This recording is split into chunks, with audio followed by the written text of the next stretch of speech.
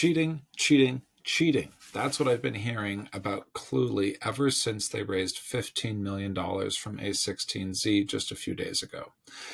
And this is not a story about that raise, nor is it a story about Roy Lee, even though every newspaper I've come across has talked about Roy getting kicked out of Columbia and how that's like a key part of the founder narrative because he got kicked out for building this tool that helps him cheat. It's just, I got to take my hat off to these guys. Roy and team have done a phenomenal job turning the entire narrative about the company into cheating.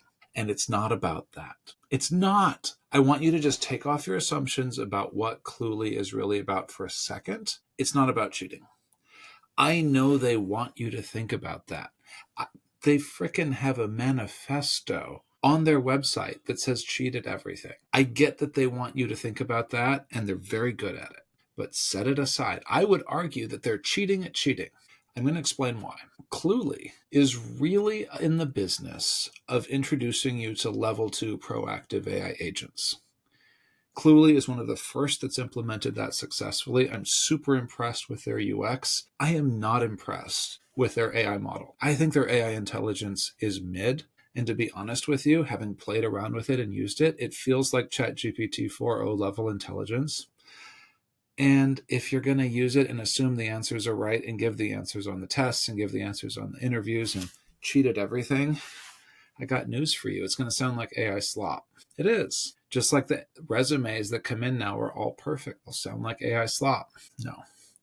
It's not the model. What matters is the UX and the way proactive AI agents are implemented. And I strongly suspect Roy and the team know that the model is not as good as it could be and not as good as it will be. And they're deliberately using aggressive marketing. They have 7 marketers and 4 engineers. Aggressive marketing to jam open the door on the distribution channel, to jam open the door on branding, to hold a space, to hold mindshare. All those newspapers writing about Roy cheating and so on and so forth, free mindshare, earned clicks. They're holding mindshare with their target market of Gen Z and Gen Alpha. They want to build the habit of daily usage for a tool that is across every app that you use. If you use Cluely, it sits as an invisible pane of glass across everything. If they build the sticky habit, you will never leave. So they're ready when ChatGPT 5 comes along. They're ready when ChatGPT 6 comes along. I would say Claude here, but Claude is too ethical to work with Cluely. In fact, one of the really interesting things when I analyzed the prompt for Cluely is that Cluely maximizes utility to the user in their prompt, and Claude has strong ethical guardrails. And I think that's fascinating. I talk about that a little bit in the Substack that I wrote about this. I think the thing I want you to take away, it's not about the cheating, as I've said. It's about the fact that proactive AI agents are going to be everywhere, and Cluely shows us what that's like. It's not going to be the chatbot that ChatGPT is using. In fact, ChatGPT faces more of an interesting competitive risk from Cluely than Cluely does from ChatGPT. Because if you start using Cluely, ChatGPT feels like passé. It doesn't feel like the place where the value is. I saw it and I felt it when I was using Cluely. I used Cluely to watch a YouTube video with me, and I talked to Cluely about the YouTube video about a technical topic. Yeah, the intelligence wasn't incredible, but it was good enough to get me moving forward. I talked to Cluely about a web design problem I was having, figuring out CSS style sheets. And I was working with Claude Code, and I was working with O3, and Cluely was helping me go back and forth and sort out what was going on. And Cluely was writing suggested code to help illustrate the problem based on what it actually saw on my screen. This is not a cheating tool. This is an agentic, proactive tool that layers across all of your apps. But it's brilliant. It's brilliant to categorize it as a cheating tool because that's one word that is high impact, that is emotional, that divides generations, that sort of taps into this sense of we deserve this and we're not going to get it, that I hear from so many of my friends and colleagues who are Gen Z. And so and that's not me talking, I get it, right? But The marketing is designed to hit that button emotionally. As a marketer who has sat in the marketing chair, that's extremely deliberate. And Roy is a little bit honest about that in some of his interviews.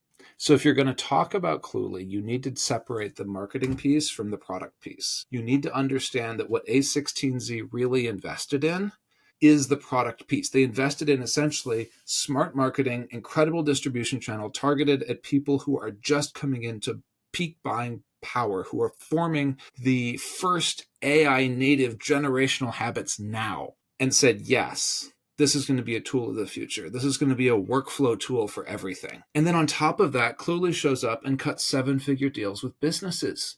We've been talking about people like Gen Z, Gen Alpha, college students the whole time. Think about it from a business perspective. They're cutting 7-figure deals because customer success needs a Cluely to have good conversations. Sales needs a Cluely. Hey, let me share my screen. And Cluely's in the background. You never know it. It hides. I can't show you a screenshot of Cluely because it doesn't screenshot. It's designed to be invisible, but it's there to help you. I do think they're onto something about the future of AI there.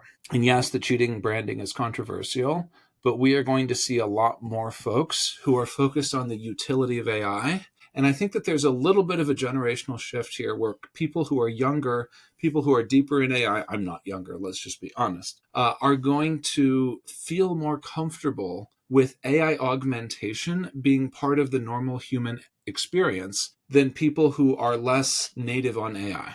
And this is like Cluely is AI augmentation. It just is. Now, you can do AI augmentation and still be smart about it. It doesn't have to sap your brain power. You don't have to do like, hey, this is the answer. I just have to give up and say this is the answer. No, like I one of the things I did when I was like writing the post for Cluely is I looked at how often I argue with AI. It's about 70% of the time. 70% of AI responses, I'm like, no, that's incorrect, or no, I disagree, or reframe that. Maybe I'm not the typical user. I'm almost certainly not the typical user. Let's just be honest. But the reality of using tools like Cluely to essentially expand your ability to understand your world and then apply a critical lens to it is huge. And some people will take it and they will just take the answers at face value. And I would tell you that the next 6, 12, 18 months, once everybody gets these, whether they're Cluely or something else, that is no longer a cheat code. As a cheat code, Cluely is inflationary. Say that 5 times fast. It's inflationary because as soon as everybody has it, it's no longer an edge. Just as soon as everyone had ChatGPT, the ability to write a resume was no longer an edge. All of them are perfect now.